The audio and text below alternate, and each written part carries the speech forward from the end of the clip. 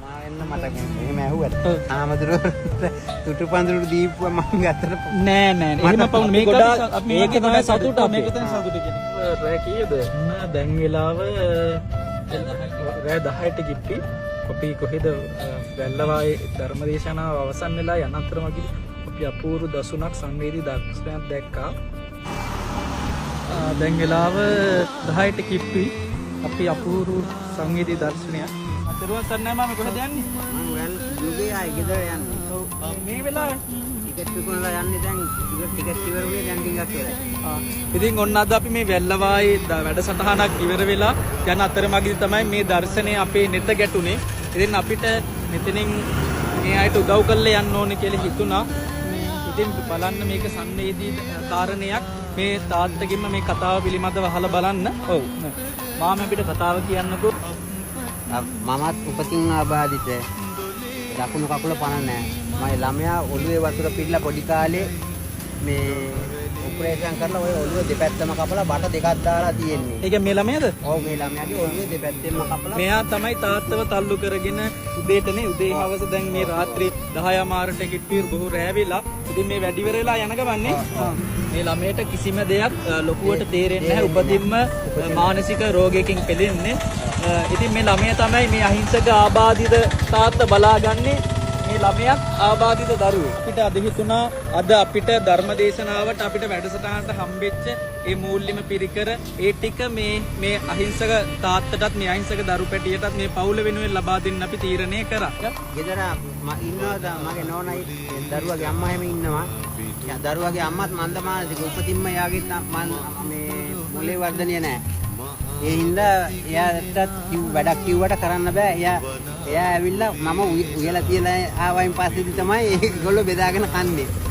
මම ඒගොල්ලෝ ඉවතින් උයන දෙයක්වත් කන්න බෑ. එතකොට මේ ආබාධිත තාත්තා මේ ටිකට් එකකින් මාම කීයක් ලැබෙනවද? රුපියල් 5යි. ආබාධිත තාත්තා මේ ටිකට් විකුණලා හම්බෙන එක ටිකට් එකෙන් රුපියල් 5යි ලැබෙන්නේ. ඒකෙන් තමයි මේ ආබාධිත පවුලම නඩත්තු කරන්නේ. ආබාධිතම පවුල. ආබාධිතම පවුල. මම ආරාධනා කරන මාමල ඉන්න මේ හරිය කොහෙද කියන්නේ? වැල්ලවායනේ. මේ නුගයායි මම පදිංචිව ගෙදර වැල්ලවායේ නුගයාය. ඔව්.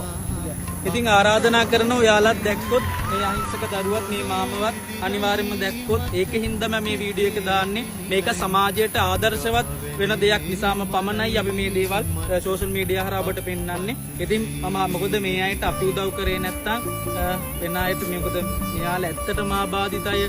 මෙයාලට ඇත්තටම අපේ උදව් අවශ්‍ය වෙනවා. ඉතින් මම ඒක නිසාම තමයි අපි දෙනම මේක මේ රාත්‍රියේ ඔබ වෙනුවෙන් පෙන්වන්නේ. ඔබටත් මේ අය වෙනුවෙන් උදව් කරන්න ඕන නිසා පුළුවන් නම් මේ අයට උදව් කරන්න. ඉතින් අපි අද අපිට පුළුවන් විදිහට මේ අයට උදව් කරන්න තමයි තමන්ගේ දරුවන් මහපාරට ගඟට විසි කරන සමාජයක් තුළ ආබාධිත පියෙක් වෙලත් මේ ආබාධිත දරුවත් ඒ ආබාධිත බිරිඳත් රැකගන්න මේ තාත්තා නම් ඒ කාලේ අපි දැකලා තියෙනවානේ ගඟට විසික් කරනවා මහලු මඩම් වලට මේ ළමා නිවාස වලට දරු පැටවු දාන සමාජයක මුළු පවුලම ආබාධිත වෙලත් මේ තාත්තා තමනුත් ආබාධිත වුණත් මේ ඒ පවුල දරුවෝ අත්තරන් නැතුව ඒක තමයි තාත්තලාගේ සෙනෙහස කියන්නේ. ලේබිදු දහඩියට හරවගෙන දහසක් හීන තියාගෙන රත්තරන් අප්පච්චිවරු දරු පැටවුන් තමන්ගේ පවුල පෝෂණය කරන්න ලොකු ජීවන අරගලයක යෙදෙනවා. ඉතින් අන්න එවැනි තාත්තා කෙනෙක්ට උදව් කරන්න ඕනෙම නිසා තමයි මේ රාත්‍රියේම නිදි වර්ජිතව අපි මේ ධර්ම දේශනාව අවසන් වෙලා යන මොහොතේදී මේ අය දැක්ක ගමන් උදව් කරන්න කටයුතු කරන්න. ඉතින් මම ඔබටත් ආරාධනා කරන්නේ ඔබත් මේ දේවල් දැක්ක ගමන් ඇවිල්ලා මේ අපේ අහිංසක මිනිස්සු අපේ මිනිස්සු මේ අයට අපි උදව් කරමු. ඉතින් මේ අයට හයිය වෙන්න ඕනේ අපි වගේ අය. ඒ නිසාම ඔබට පුළුවන් විදියට පාර තොටක මේ වගේ අහිංසක මිනිස්සු දැක්කොත් උදව් කරන්න කියන ගෞරවණීය ඉල්ලීම කරනවා. ඉතින් අපිට තුටු පඬුරු වශයෙන් අද වැඩසටහනට මේ මිනිස්සුන්ගෙන් අපිට යම්කිසි මුදලක් හම්බුණා. විශේෂයෙන් කියන්න ඕනේ අපේ ධර්ම දේශනාවල කිසිම වැඩසටහනකට කිසිම මුදලක් ගන්නෙ නැහැ. මොකද ඒක අපේ බණ කරන අය ඒක හොඳින්ම දන්නවා. අපේ අපිට බණ වලට වැඩසටහනට ආරාධනා කරපු අය ඒක දන්නවා. ඉතින් අපි වෙනද වගේම අදත් අපිට හම්බෙච්ච මේ දේ අපේ මේ අහිංසක තාත්තා වෙනුවෙන් මේ පවුල වෙනුවෙන් ලබා දෙන්න තමයි යන්නේ. ඉතින් ඔන්න තාත්තා එදාට වඩා ලොකු මුදලක් ඔන්න දවසට උපයනවට වඩා ලොකු මුදලක් එතන තියෙනවා. හරිද? මේ අද අපිට වැඩසටහනට ලැබිච්ච තුටු පඬුරු ටික තමයි මේ දීලා යන්නේ. ඔව්. එතන ඉතින් ලොකු ආමතුරුනේ සමා වෙන්න මට මෙහෙම ඇහුවට. ආමතුරු තුටු පඳුරු දීපුවා මං ගත්තට නෑ නෑ. එහෙම පවුන මේක මේක තමයි සතුට. මේක තමයි සතුට කියලා කියන්නේ.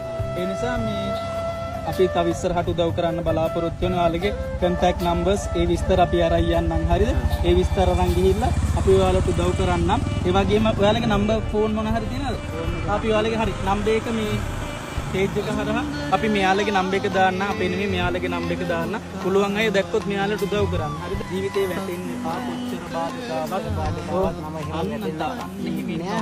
මම මුළු දවසම කොච්චර මගේ මම ඇත්තම කියනවා නම් හාමුදුරනේ මම සෑහෙන වේදනාවක ඉන්නේ. නමුත් මගේ වේදනාව මම කාටවත් පෙන්නන්න නම් හොඳ සන්තෝෂයෙන් ඉන්න විදිහට තමයි මම වැඩ. ඒ තාත්තා ඔයාලගෙන් ඉල්ලීමක් කරනවා. පුළුවන් නම් ඔබ මේ ඉල්ලීම අපි මේ තාත්තගේ නම්බර් එක දාන්නම්. එහෙම දානපතියෙක් හෝ ව්‍යාපාරිකයෙක් හරි ඉන්නවනම් මේ අහිංසක තාත්තට මේ දේ ලබා දෙන්න. මොකද තාත්තා ඉල්ලීම අර කරන්ට් එකකින් යන බයික් තියෙන ආබාධිත කට්ටිය යන අපි දැන් අලුතෙන් ඇවිල්ලා තියෙනවා ඒවා. ඒයින් බයික් එකක් අරන් දෙන්න ඔය එක පුළුවන් නන්නේ නැත්තම් මේක කරකවකා තමයි තාත්තා කිලෝමීටර් ගාණක් කියන්නේ මේ දරු පවුල පෝෂණය කරන. ඒක බලලා දැන් අනිවාර්ය නම්බරේ දැම්මොත් කාරු හරි උදව් කරා අනිවාර්යෙන්. ඔන්න ඉතින් අපි අපිට පුළුවන් විදිහට උදව් කරා. මේ ඉන්නේ ඒ දරුවා මේ ඒ අර තාත්තට උදව් කරා. තාත්තට උදව් කරා. සතුටුයිද? ඈ? සතුටුයිද? තාත්තට අද මේ ගැන මොකද්ද කියන්න තියෙන්නේ? සතුටුයි කියන්නේ මම හිතුවේවත් නැති මේ උපකාරයක් මේ හාමුදුරුවෝ මට කරන්නේ ස්වාමීන් වහන්සේලා දෙනම ඒක හින්දා මට ගොඩාක් සන්තෝෂයි. මම සෑහෙන මේ ස්වාමීන් වහන්සේලා දෙනම වැඩි දෙමව්පියන්ටත්